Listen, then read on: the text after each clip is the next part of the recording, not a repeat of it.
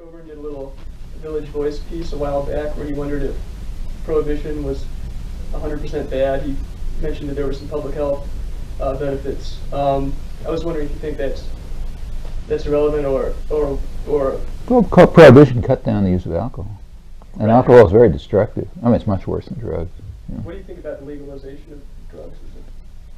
Well, I don't know. It's not an I mean, I don't think there's an obvious answer. Criminalization of behavior is a very dubious kind of project, in my opinion. And if you look at the history of criminalization of behavior, which is what prohibition is, it's, I think, invariably class-linked.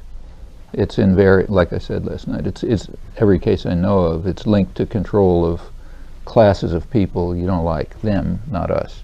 Marijuana is an extremely dramatic case of that if you look at the ups and downs of it. In the case of alcohol or say tobacco is, probably the most lethal substance is sugar. That causes more deaths than maybe all the others put together. So, okay, you could give an argument for criminalization of sugar, let's say. And that means all the sugar substitutes too, because they really are very harmful. A lot of people die from them. On the other hand, I don't think it's a good idea, you know. What about the criminalization of other substances? Well, I think that these are things you have to be cautious about and experiment with. So, for example, in the case of marijuana, I think there's a reasonably good case for decriminalization. One reason is it has among the, like, none of these things are good for you. I'm sure this stuff, whatever it is not good for you. In fact, an old friend of mine who died recently, who was a Nobel Prize winning biologist who was the head of the cancer center at MIT, one of his favorite lines was that when people kept finding things that were carcinogenic, he'd say, yeah, that's because they looked at it. And in fact, it's life that's carcinogenic, you know, and you know, tomatoes are going to turn out to be carcinogenic, and so on. So, you know, anything is nothing. Things have varying degrees of, they have varying effects, and but of the things with varying effects, marijuana is not at the high end of harm. In fact, I don't think there has ever been an overdose recorded with. Last time I saw figures, about 5 or 10 years ago, it was like 60 million users and no overdoses. That's not too bad a record. It's certainly not good for you, you know, beyond some limited use. But the same is true of everything. It's true of coffee, it's true of tobacco, you know, it's true of meat, it's true of vegetables if you eat too much of them, I mean, anything. So probably in the case of marijuana, there's a fairly good argument for decriminalization. With regard to other drugs, and my own view is that the right approach is probably the one that the British took back around 1800, when drinking was becoming a big thing. The tax system was modified in such a way that things like beer were much cheaper than things like, say, whiskey. Okay, that's a reasonable incentive system, because it moves people over to drinking things that are less likely to be harmful in big quantities than more likely to be harmful in big quantities. And I think things like that are possible. But overwhelmingly, the right answer is education. I mean, I think that's just obvious. I mean, the reason why use of, say, tobacco is a very striking case in the United States. I don't know, I suspect that not many of your friends smoke. It's extremely rare these days to find. I haven't seen a student at MIT come into my office wanting to smoke for 20 years. You know? It's just not done among wealthy, educated people anymore. It's still true among older people who didn't shake the habit, and it's very common among young people who are poor. So you go to a working class section of town and go to the local fast food place, and every kid has 2 cigarettes in their hands. Okay.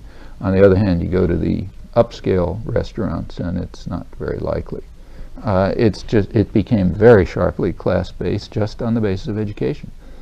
And the same has been true of other things, like take, say, red meat. There's no criminalization of red meat, but consumption has gone way down, simply because of education, people learning about the effects of it. And I think that's true of everything. I mean, if people are, take say the lottery. I don't know if Wisconsin has a state lottery, but a lot of states do. The lottery is a highly regressive tax. I don't know the figures here, but I'm sure they're the same as everywhere. In Massachusetts, it's been pretty well studied. It's a very highly regressive tax. You take the towns in Massachusetts and you ask how much money people spend in the state lottery. It's predictable by level of education and income. The lower the education and income, the more they spend on the lottery. I mean, like in the town where I live, nobody would waste a cent on the lottery.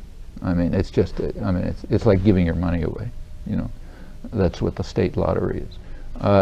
Poor and uneducated people do it. You go to a town where the average per capita income is maybe $10,000, they may be spending a couple of $1,000s per family on the lottery. So what it amounts to is a highly regressive tax. That's why it's pushed so hard. Like there's a ton of advertising for it, I don't know here, but in Massachusetts it's very heavily advertised, and all kind of wonderful gifts about you're going to get $5 million and this and that and the other thing, and the reason is because it's a terrific way to soak the poor, You want to, now should you make it illegal? Well, I mean, I don't think it should be legal to advertise it, frankly, any more than I think you should allow ads for cocaine up in the, on television. But I don't think you should criminalize it either.